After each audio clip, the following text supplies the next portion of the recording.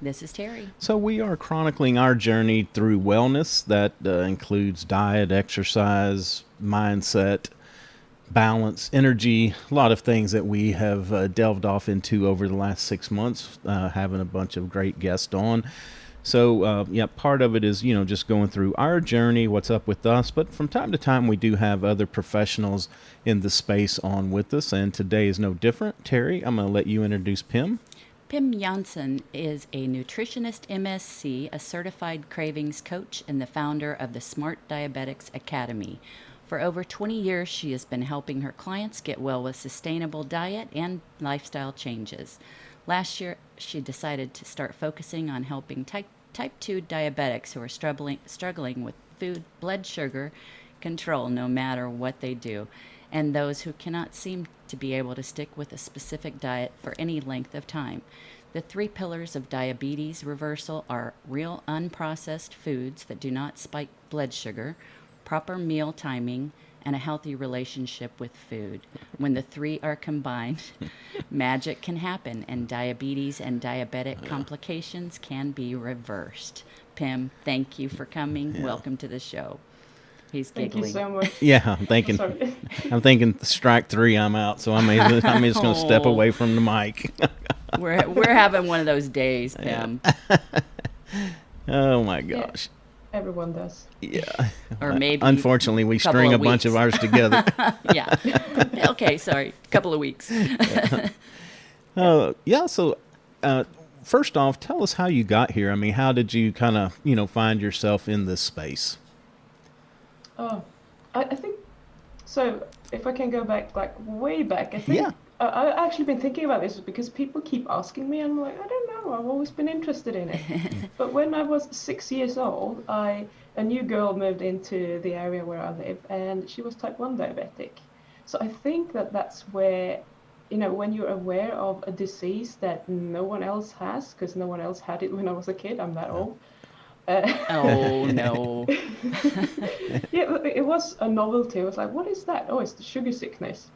So you start picking up on it. And when I was a teenager, people all over the place started popping up with type 2 diabetes, which wasn't the same, but I didn't really know what the difference was at the time.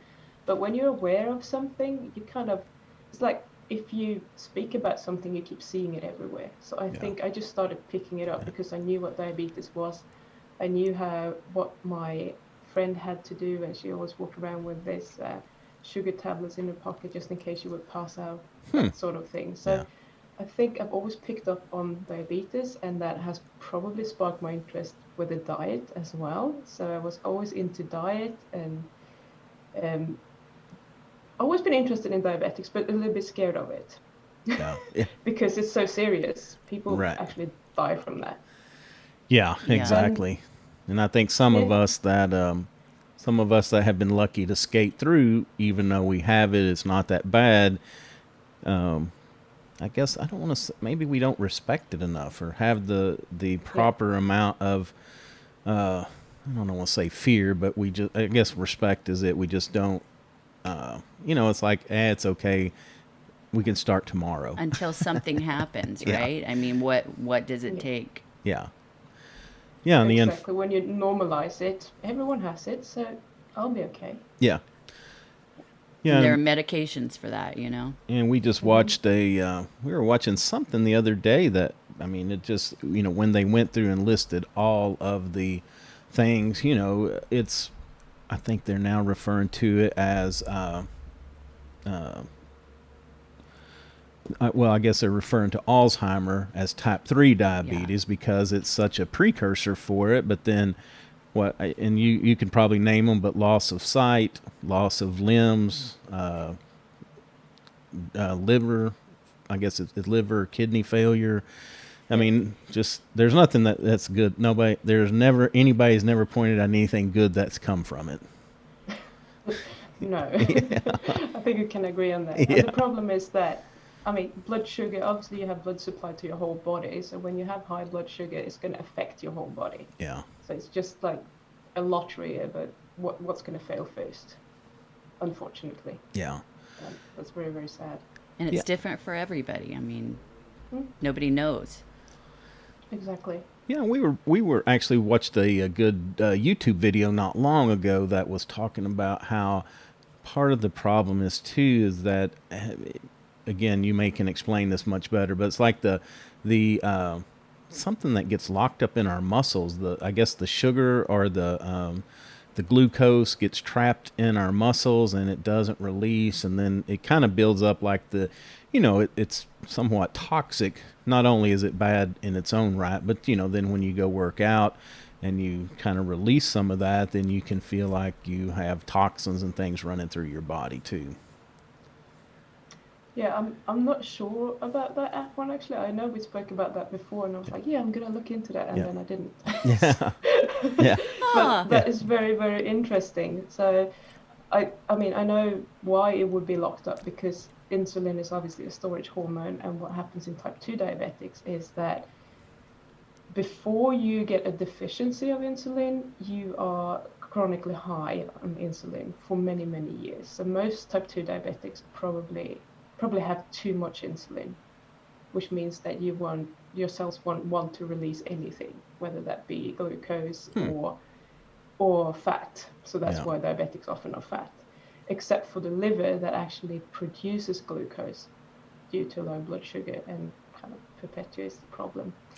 So yeah, things are kind of going wrong, but why that toxic effect is there, I'm not really sure, Yeah. and I'm still going to look into it. well, Yeah. and you have a Smart Diabetics Academy. So what do you when somebody comes to you to talk about their type 2 diabetes, what's the process? What kind of process do you go through? Okay, so most people who come to me, they usually have already looked into a low carbohydrate diet because that's what I'm working with. So I very rarely get someone who's on a standard American diet just finding me and then, oh, maybe this is good. So what we do is we're kind of looking at what they are eating currently, and we try to tailor that to be a diet that doesn't spike the blood sugar. So the problem I see with many type 2 diabetics who try to go low carb is that they misunderstand what a low carb diet is. They think it's just low carb, but also low fat. And that's never going to end well Yeah. to start. And then I see people, oh, I had a sip of orange juice, or I just had a cracker here. And the thing with those is that, yeah, they might just contain 4, 5, 6 grams of carbs, but it's really hard to count how many carbs are in a sip of orange juice or how you react to a cracker, because a wheat cracker that has been processed can just spike your blood sugar. It's like everything goes out at once with it. And if you had had 6 grams of carbs from, let's say, a cold, boiled potato, you wouldn't have got the same response. Yeah. So we can't just count the carbs as, I also focus on what sort of foods you're eating. So I don't recommend any diabetics to eat wheat or sugar or anything that is a very high glycemic index, those kind of foods. Yeah, and So, you brought up something as well about the, kind of the combination of what you're eating, but also how many carbs you eat and when you do it, because I know sometimes when I've talked with people, and this is something I've learned over time, is that my doctor initially said, hey, look, I want you to stay between like 40 and 60 carbs. He wasn't like trying to put me down to zero, but stay within that range. But what you find out over time is that you can't eat 40 carbs for your supper. You can't do all of them at one time, because then it just like throws you way out of whack. You've got to try to spread those out over the day, and I would assume that probably the more, if you need to eat a lot, you eat them more first thing in the morning, and that way you could kind of burn them off through the day. Is that correct? yes, to some degree. Okay. So I recommend all my clients to not eat more than 10 grams of carbs per main meal, Okay. because that way you pretty much know what's going to happen with your blood sugar. Yeah. It's very, very safe. As time goes along and the blood sugar comes down and stabilizes, then we can start adding more carbs if they want to. Yeah. It's completely up to them. Yeah.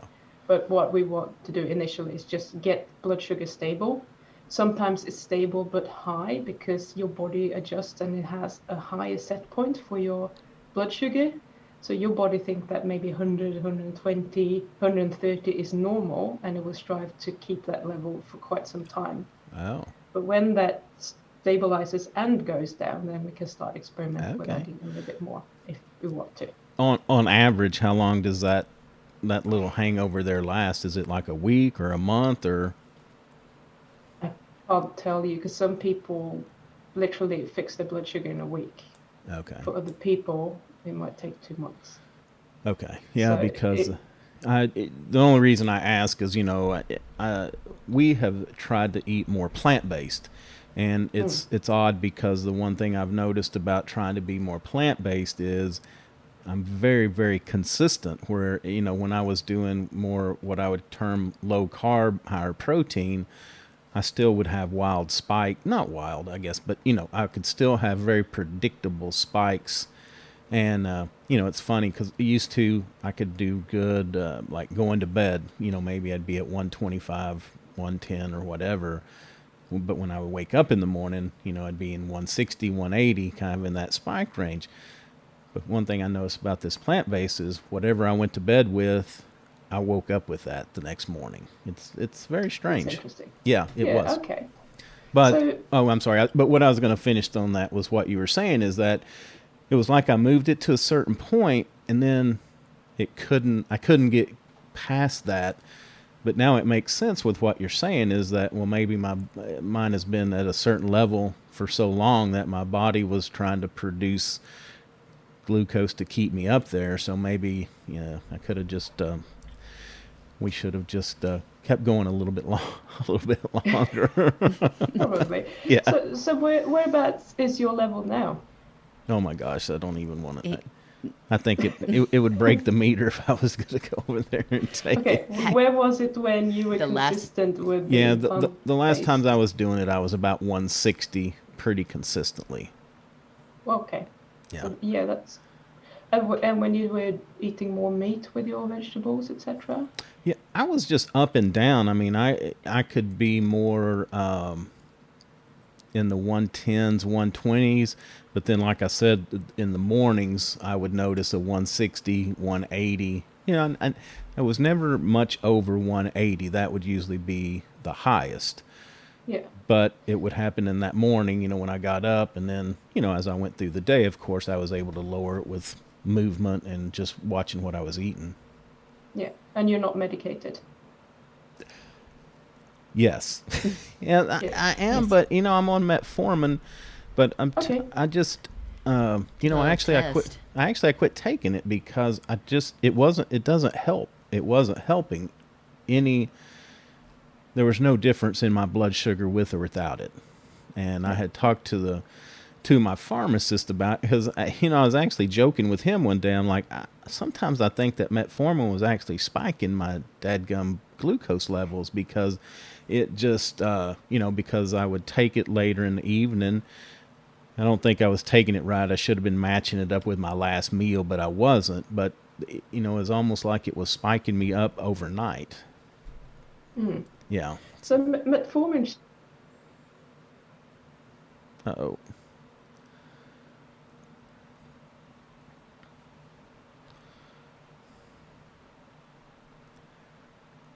Oh, hello, Pim.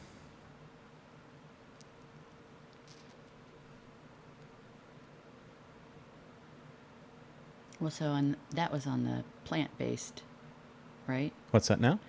Oh, there sorry. She is. Oh, there you go. Connection there. We lost you when you were starting to talk about you said metformin, and then that was it.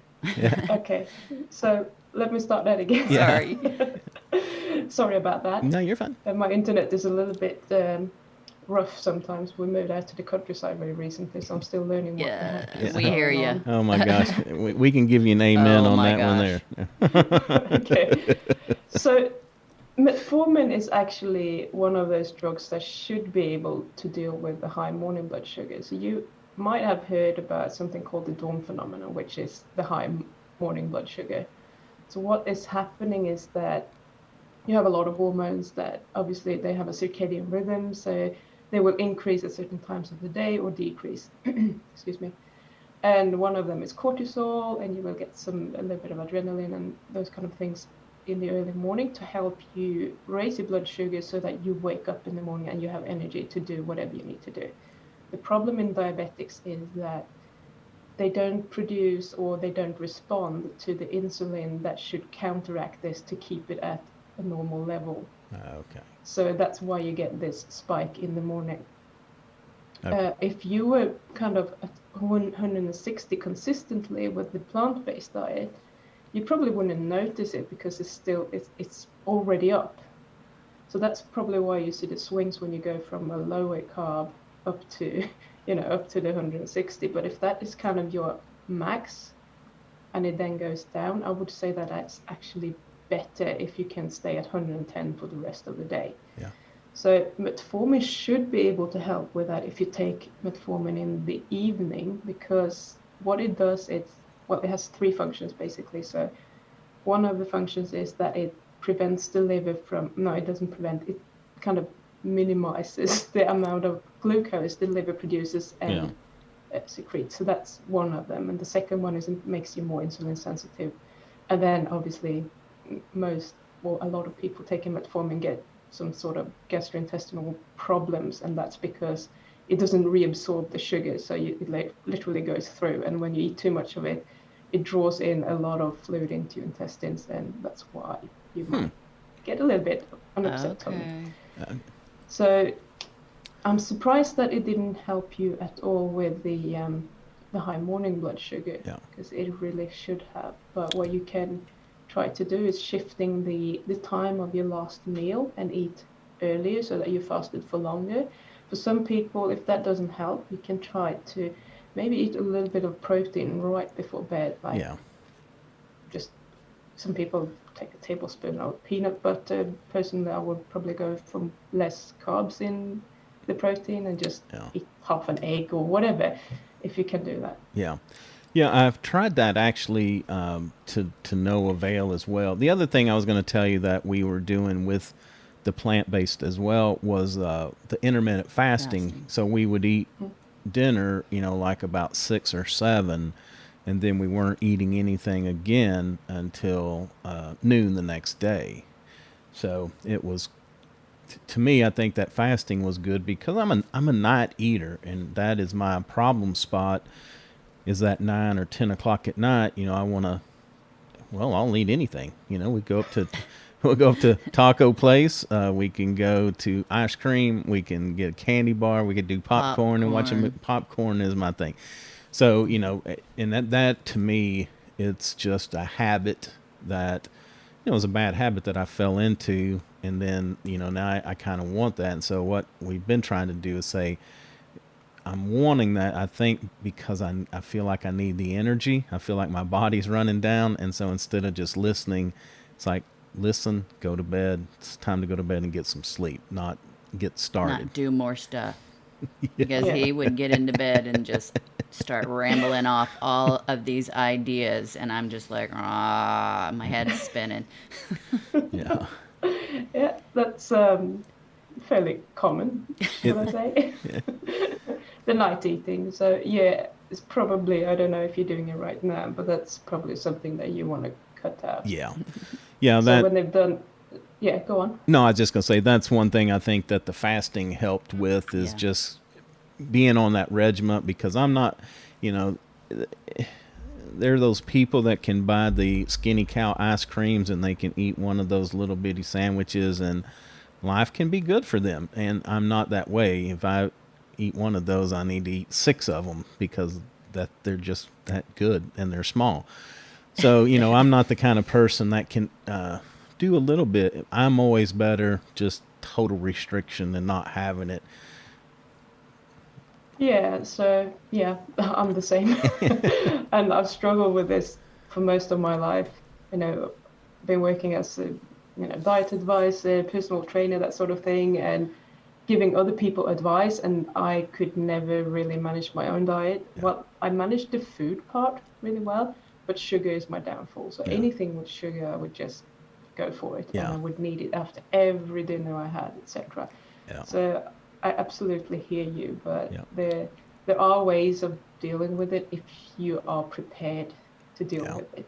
Yeah. Yeah, it's like you have to seal off dinner with dessert, you That's know? yeah, and that's a funny Yeah. thing because You feel gypped. as a younger person, I wasn't that way. It's only, maybe the last 5 or 10 years that it's like, okay, when we eat something, we need to follow it up with something sweet.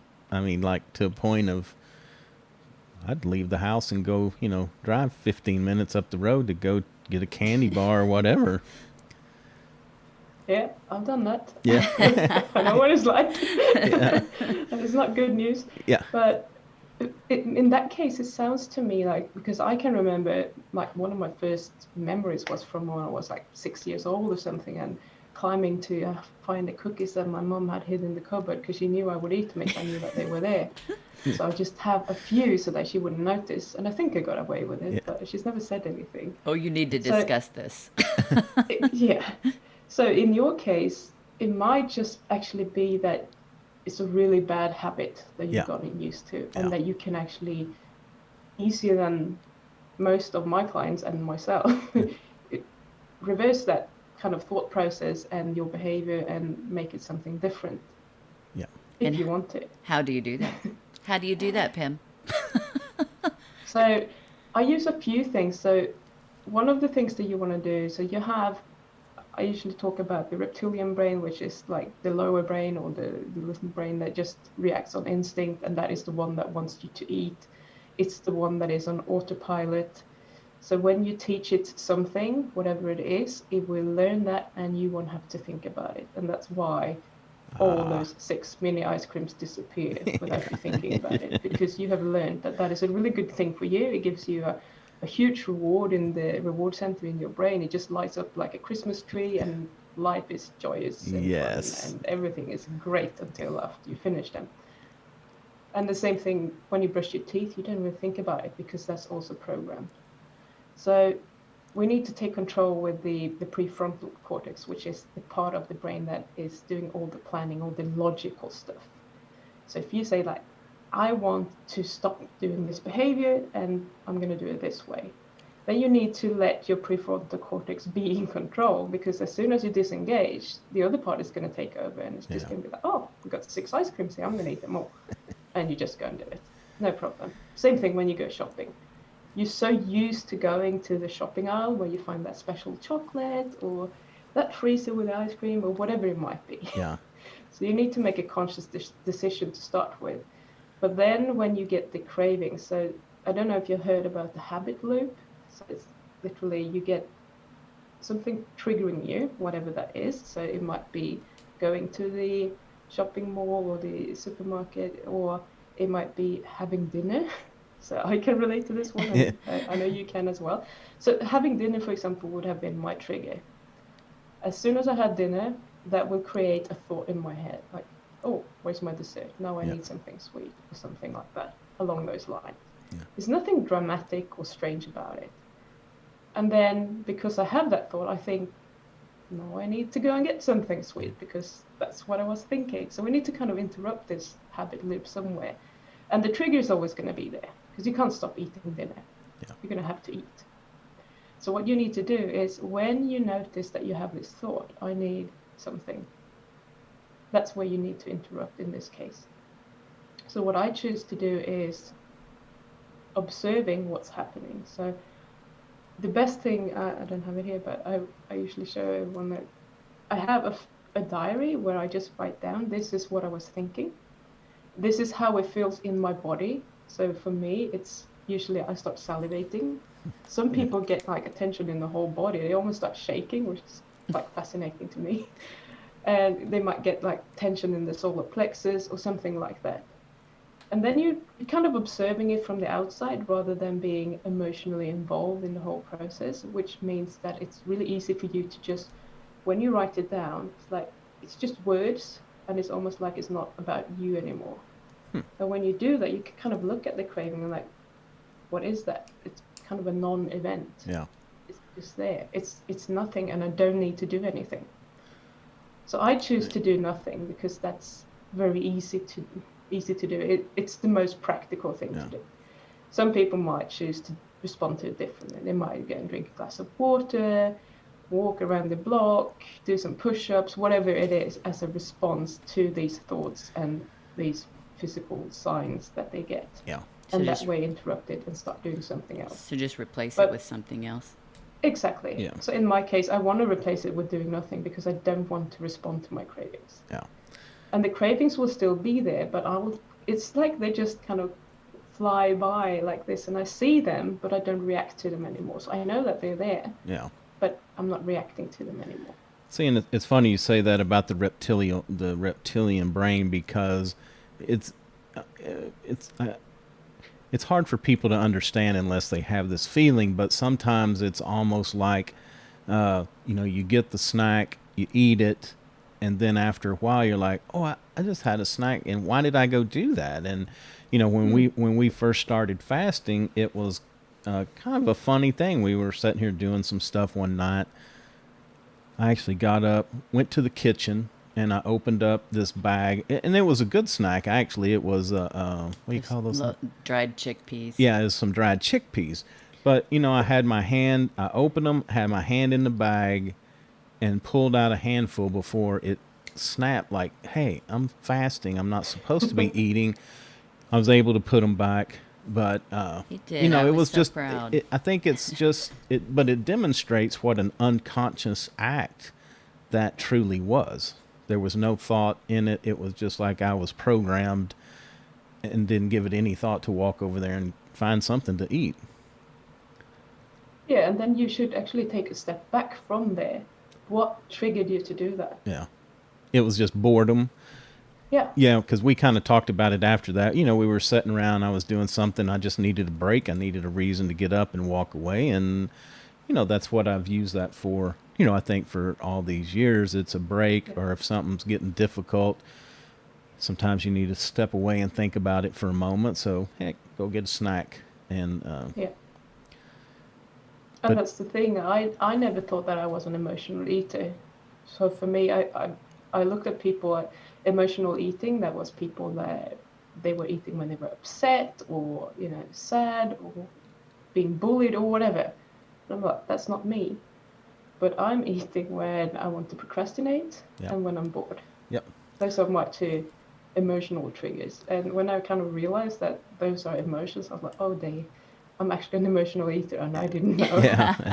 Uh-oh, you're pegged with the rest of us. Yeah, it's hard because, and I feel like I'm all of those, because if it's happy, sad, it'd be a celebration. Hey, let's run up to the Mexican food restaurant and get something to eat, or procrastinating, like Pim said. Or if you had a bad day, it's like, oh, let's go get some ice cream or something like that. So, but it's the other thing. It hasn't helped me a whole lot. But a couple things I've realized about myself, though, is that going out to eat is a celebration. And the last time we went out, we had Mexican food. We sat out on the patio and we ate and we left and we felt bad. And I was just telling Terry that I only wanted to go up there for the celebration, to sit out on the patio, to get some fresh air, for us to talk, to be away from the house. And, I said, what we need to do is learn to be able to go and do that and just make healthier choices while we're there. I mean, those people have, grilled chicken, they have taco salad. I mean, there's all sorts of healthy choices. You don't have to eat all the chips and tortillas that they bring you. But, again, it's like when you get there, it's like when you get there, it's the habit takes over. And so, I told her next time we do that, we're really going to have to think hard on the front end before we get there. Like, this is what we're ordering. We're telling them no chips. We're ordering some chicken or, salad, lettuce, whatever. Fajita meat. But just be very, planned. And not only planned, but just kind of diligent of sticking to it. Yeah, and that's something that before I started working with diabetics, I was working with food addicts and emotional eaters. So what we're using a lot is planning. So if I have massive cravings today for something, I never allow myself to give in to those cravings. But what I can do is plan to have it tomorrow. Yeah. And when tomorrow comes, first of all, I've trained my brain to let the prefrontal cortex be in control, which is a really good thing, because a lot of the time we don't really want to do that because it's uncomfortable.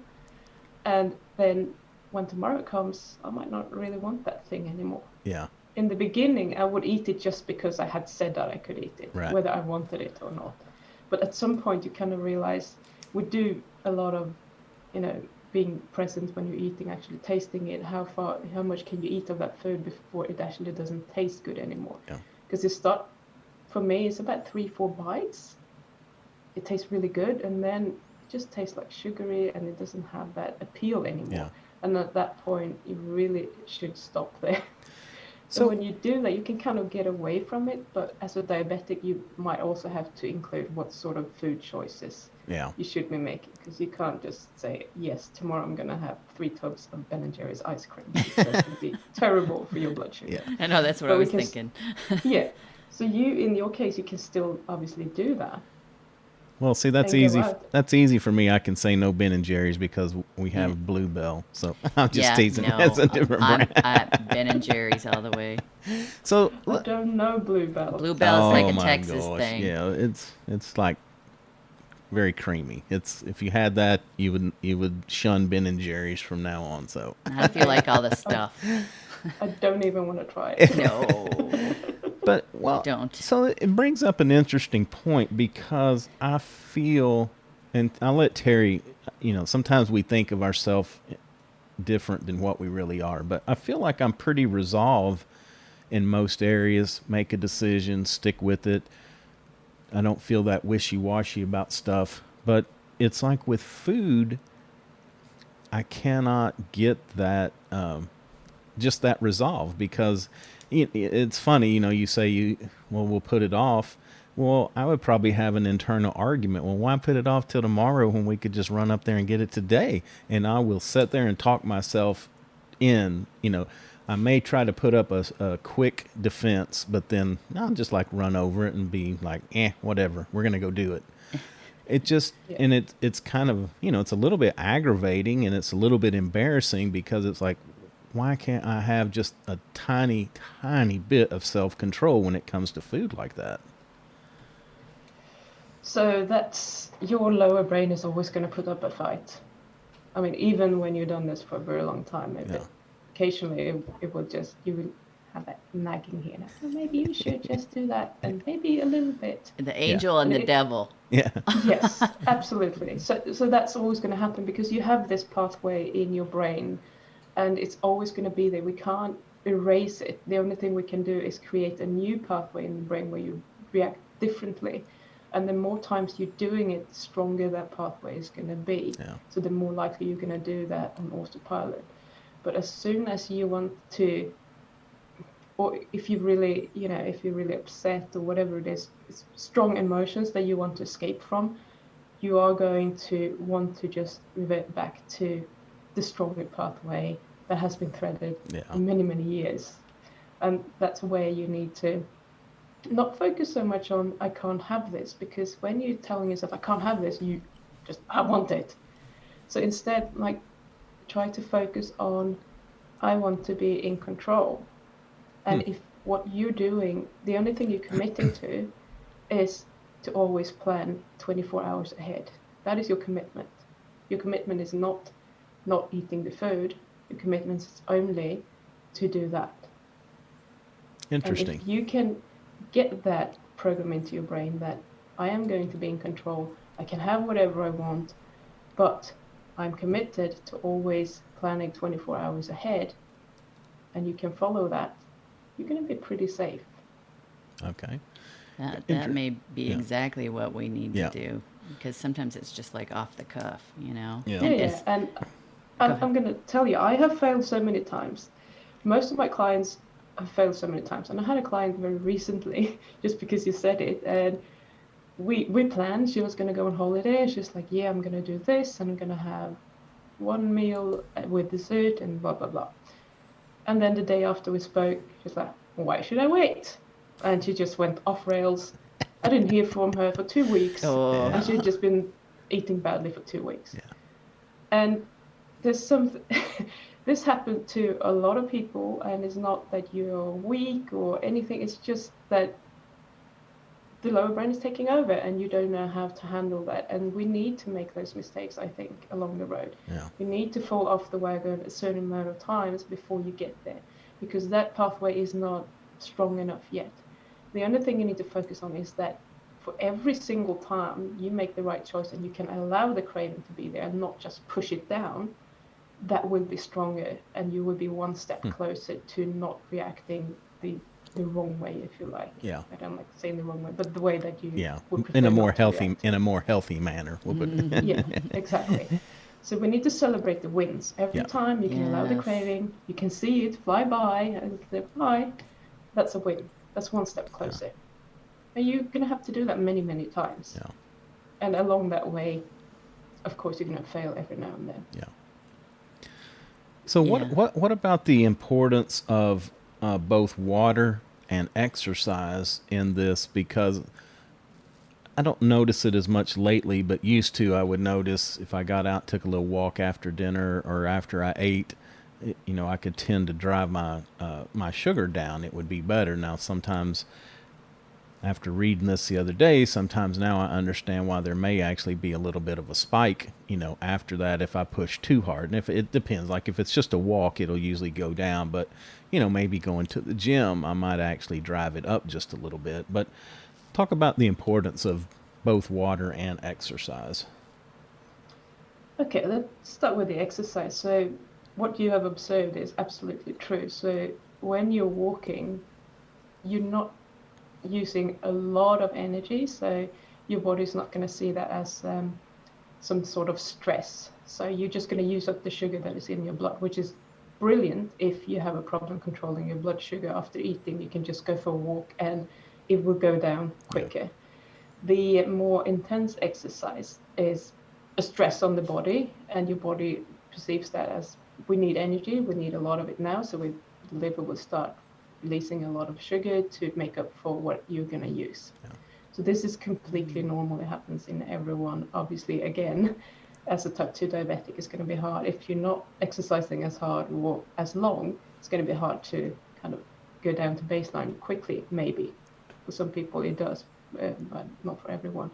So what you can do is, if you go for a hard workout, is that you just end with like 20 minutes walking or something, so that you don't stop your exercise just abruptly and go lay on the sofa. Okay.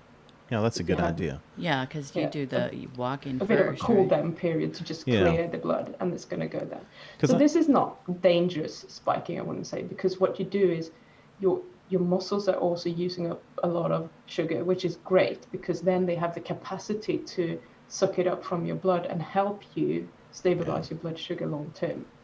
So both, intense and low intensity exercise, both are important and can be used. So I wouldn't say like, don't be scared of going for intense exercise. Just make sure that if it stays up for more than a couple of hours, you probably have a problem.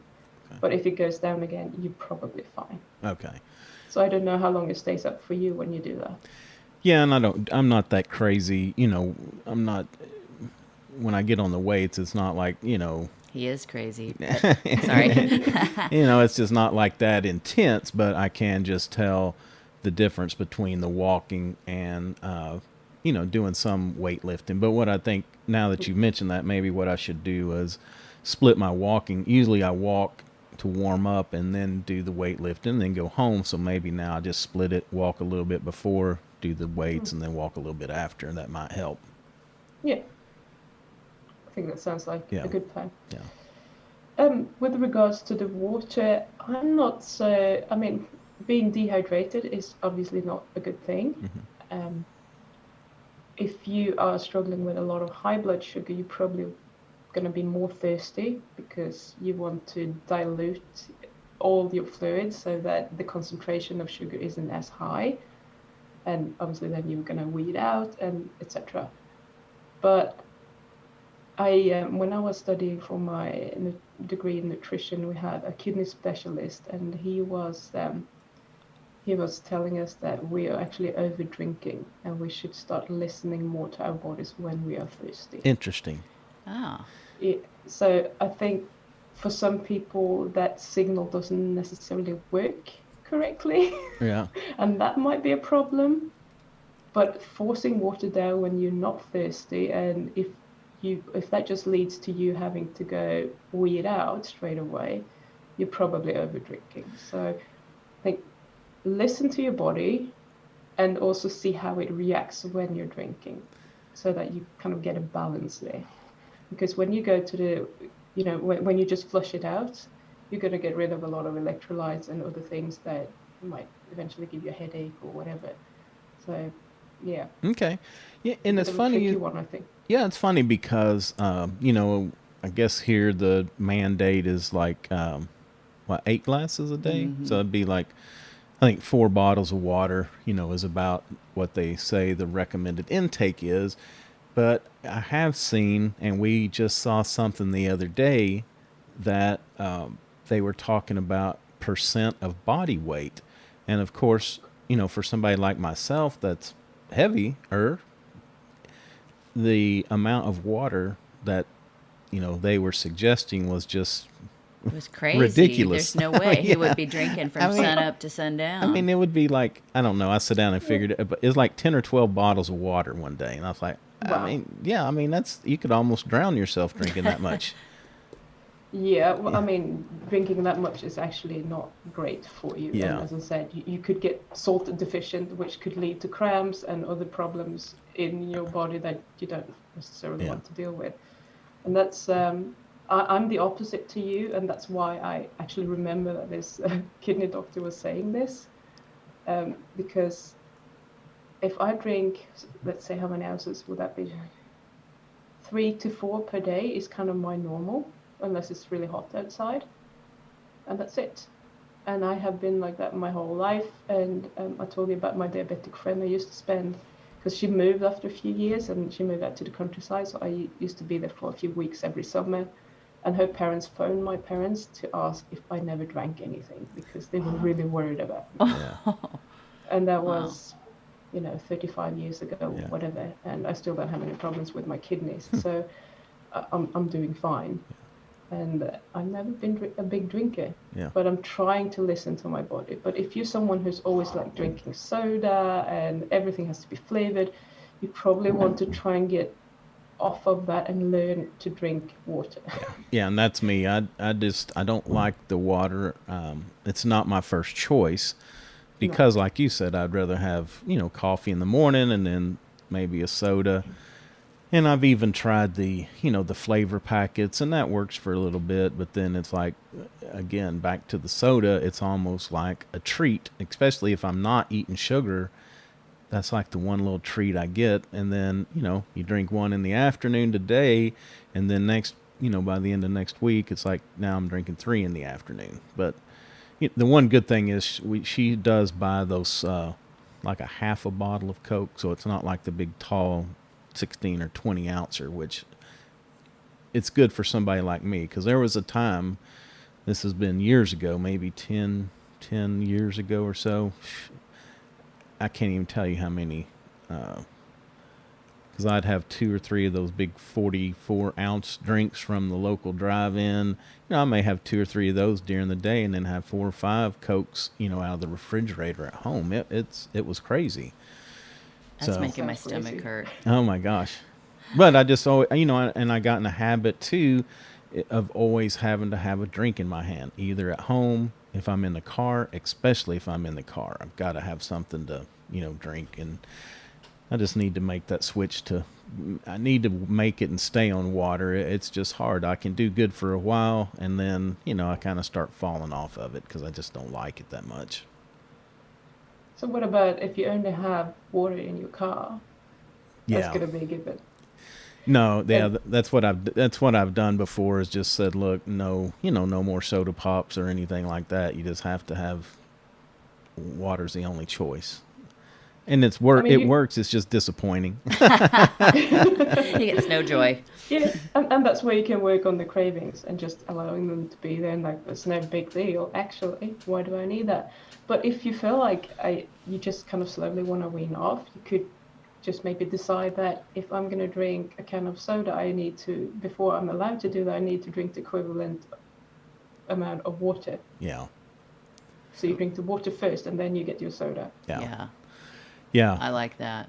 Definitely need to do that, and do that with coffee in the morning too. I'm just all over the place. I'll get in a good run and, like get up and drink that bottle of water first thing in the morning before we have the coffee. And then, I think we'd actually tried that for a while, was to, have the cup of coffee and then have a bottle of water, or have half a bottle in between.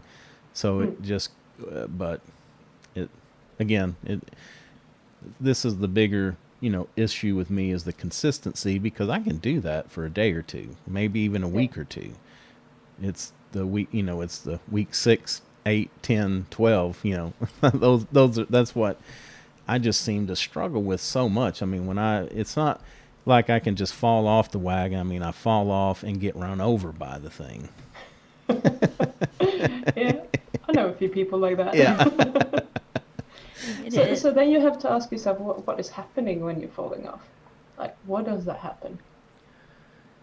Yeah. Stress. Yeah, probably that buildup of just stuff. And, that's, to be honest, I guess we're going to be honest here. We'll put it all out there, even though we're kind of over on time. Uh-oh. But, no, well, it's, I have been searching for, what is going on. Because I can tell you, I could write a book on how to do this stuff. I know how to do it. I know how to do it right. But I just don't. or we do it good for a week. I think we can usually make, 2-3 weeks we'll do very well. And then stuff. I mean, it's not always bad stuff. I mean, like, at the end of the year, we were doing good, really good. And then Terry was gone for about 2 or 3 weeks. It just kind of upset the rhythm of things. So it was easier for me to, swing by the hamburger place and get a hamburger, because I don't cook. So anyway, it just kind of upset the rhythm, then I fall off, and it's not her fault. Please don't take it that I'm not blaming her. I can never leave again. I'm not blaming her. I'm just saying it's a upset in the pattern, the rhythm. And then I don't know, I think other times it's been that things just seem to build up. It's almost like maybe the not having the stuff is what builds up that pressure to where you just have to go, like, get something to eat, Yeah, and I'll try to, not bring home anything snacky, just whole food, especially with us trying to do this plant-based diet. Just try not to. And of course, one of the first things that I'm asked when I come home, got anything snacky? I was just fixing to say, I go help her unload the groceries where I can look through the so bags and see if there's any snacks in there. The truth comes out. Yeah. I thought you were being chivalrous. Yeah, no. Well, I am partly. You are. I want to see what goodies you brought home too. Yeah, so Yeah, I mean, it's crazy. Yeah, sorry. No, go ahead. No. Go ahead. No, so that's probably because you're using willpower to not do it. So what I was saying, that when we're suppressing your cravings with willpower, they're going to come back with a vengeance. And that happens to everyone. So if you imagine, like, if you have like a beach ball or something, you're trying to push it under the water, if you let go of that, it's just going to explode and come back up. And that is exactly what is happening when you're like, no, I'm not going to have that, I'm not going to have that, I'm not allowed to have that, I'm not. But if you instead actually do the thing that I told you, what's the trigger? What was I thinking? And how does that feel in my body? If you write that down, so I like having 2 commitments. One of them is to plan 24 hours ahead, and the other one is to always write down everything with regards to your cravings. And me included, and pretty much all my clients have a resistance to writing it down. We do it 3 times, and then we think, I can do that in my head, and it never works. Yeah. So you really need to actually have pen and paper, write it down so that you can look at it. For some reason it works, but if you try to do it in your head, it's like, whatever, and it Yeah. doesn't really work. Well, now would be a good time for me to start that because, journaling is the same way. Over the years, I have fits and starts with doing it. And this time, I think it's been 3 months pretty much. Yeah, you've been really that consistent. I've been consistent, at least getting a page down. So now might be the time to try that again. And while we've incorporated meditation into everything that we've been doing over, I don't know how long, a month, yeah. 5 weeks. Yeah. That's good. So the thing is that it doesn't need to take you long. It's take a minute. Yeah. You just write down, this is what happened. So I ate dinner. I was thinking I need to have something. I felt salivation in my jaw. 5 seconds later, the craving was gone. Yeah. Done. That's it. Okay. It doesn't have to be complicated. It's Yeah. super simple. Here's you just my- need to get it. Yeah. And write it. Mine's going to be had dinner, and why can't I talk Terry into going to the ice cream Oh place my with me? God. And I'm the worst too. He's like, do you think we need to go down and get some ice cream or a chocolate bar? Do you need a chocolate bar? I'll go get you one. Yeah, she actually did good. It was, I guess, was it Friday night, Thursday or Friday night? I was just like dead, and I was like, let's get an ice cream. And she's like, let's just think about that for a little bit. And she never said no, but she finally pushed me off until I was like, well, it's bedtime now. It's like we can't go. We can't he go was not now. happy. Well done. Yeah. I'm not always like that because I can cave with the best of them, Oh, I'm sure. Most people Yeah. do. Yeah. Well, we're going to try that. We're going to plan, and I like that. Nothing. We're going to plan 24 hours. So it's not that we can't have something. It's just if we really want it, it'll be on tomorrow's menu. And then write down those feelings that are around when those cravings really pop up. Yeah. Awesome. I think that's a great idea. Yeah. All right. I can commit to that. I can commit to that. Good. Thank you, Yeah. Pam. You're welcome. I love helping Yeah. people with it. It's so simple, and still we have so much resistance to actually doing it. Yeah. So it's not easy to achieve, but it's really simple to do. Yeah. Well, do you have any other tips you want to leave? I know we're way long, but do you have any other tips you want to leave us with before we get out of here? No, just if you are struggling with, emotional eating or anything of that kind, the first step is always to be aware of what's going on. So start kind of being honest with yourself about what's going on in your head. Okay. And try to find those thoughts, because sometimes we're not even aware that we have them. Yeah. And they're never fancy. It's just like, I want chocolate. It's as simple as that. Yep. And we don't know why we have them, we just have them. Yeah. Our brain is just trying to get us into it. So start there and then take the next step from there. Okay. Good advice. So Yes. do you have is there a tool or a habit that you use in your daily life? It could be professional or personal. Is it just something that you do that adds a lot of value to your day? My best tool is what I just taught you, actually. That adds a lot of value, because when you're not emotionally engaging in those cravings, you have a different focus, and you get so much more energy, and you get so much more done because you can focus on what you're doing rather than thinking about food 24/7. Yeah. So that's actually my best tip. I've tried, with morning journaling, breathing exercises, all those kind of things. They might help, but in the end of the day, if I have food cravings and thinking about food all day long, I'm so inefficient. Yeah. I think the breathing you bring up too, because we just talked to somebody the other day. This was more about stress management, but that's another thing I think it might be a good thing to try is when you really have those cravings, just to step back and take a, 2 or 3 deep breaths before you write it down, because that's something I'm finding with the more I get into meditation. It's that breathing and the control of that. It just, for me personally, it's very grounding and kind of recenters me to get my mind right and start thinking about, the way I need to be thinking and not be all emotional or crazy about stuff. So Yeah, it allows you to take a step back and use your rational part of the brain Yeah. to actually engage. So that's My awesome. reptilian brain must be huge. Oh, not really. Oh, it must Like programs everything and then plays it on repeat. it must outrank my other part up there or something. I don't know. I'll have to get it under control.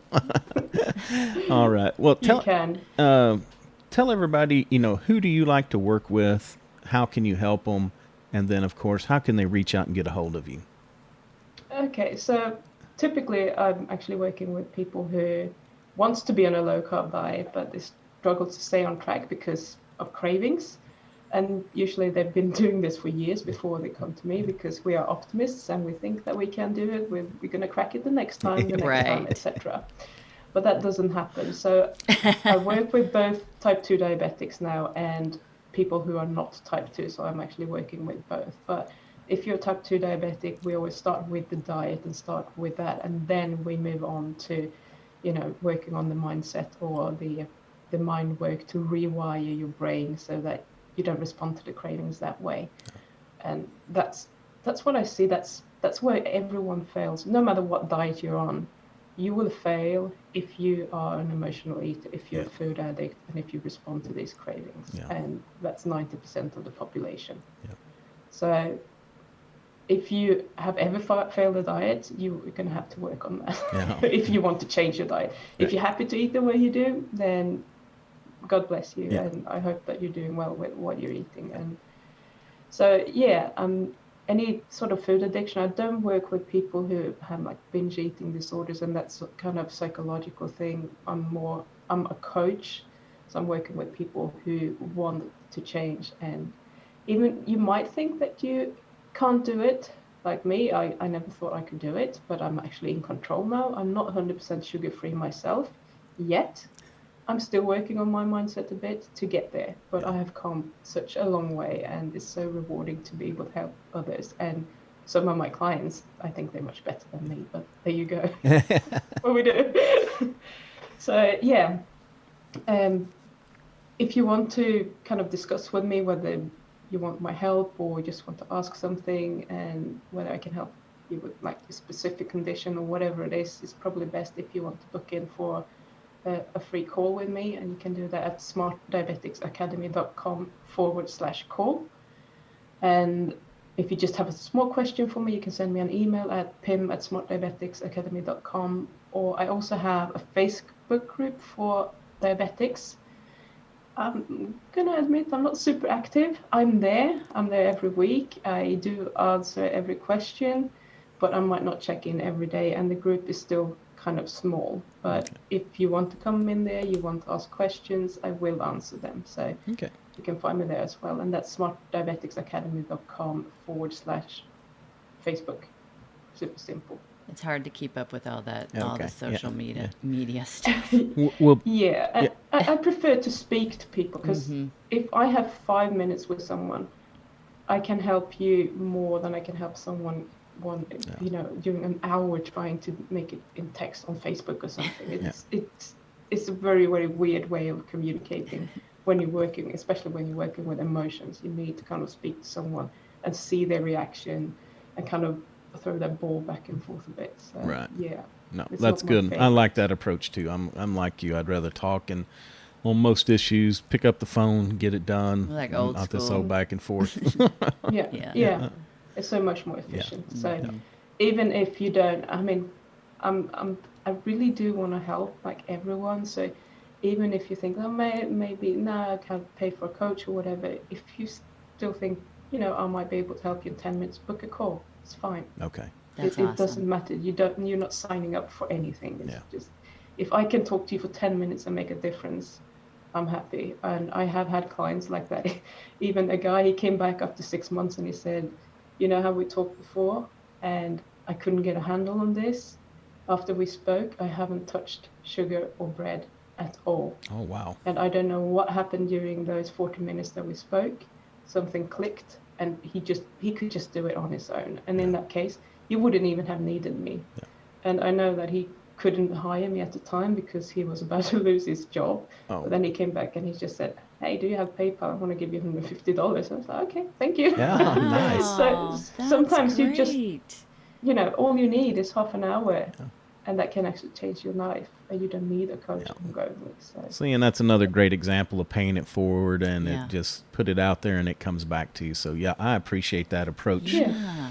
very No, much. it's awesome. I mean, I appreciate his $150 coming into my account, sure, but even more so, just that he got back to me and he let me know that actually this conversation that we had, it changed my life. You And made a that's like, difference. I get goosebumps all on my arms Oh when my I hear that. I'm like, gosh. oh my God, I did it Yeah, without doing much. that's He just cool. needed that little switch in his brain, and that's so awesome. Well, that was a lot. Yeah. That was a lot. Yeah, yeah. All right. Absolutely. Well, thank you so much for taking time out of your day, and we'll be thank sure to you. include all the websites and everything in the show notes. But yeah, y'all reach out to Pim if you need some help. We're going to take her advice. She's a good role model for us, so we're going to try the journaling and the scheduling and see what kind of a difference we can We'll make. do it. We will report Awesome. back. Yeah. Yes. Yeah, thank you so much. And please do report back and reach out if you need any more Okay. support or help Okay. in that regard. And I'll be happy to. Thank Okay. We're so appreciative. Yes, we we really are. appreciate it. Yeah. All right. Well, that's going to do it for another episode of Feeding Fatty. Of course, I am Roy. I'm Terry. You can find us at www.feedingfatty.com. We're on all the major podcast platforms as well as all the major social media platforms. Video of this interview will go up on our YouTube channel when we release it as well. So until next time, take care of yourself and take care of those around you.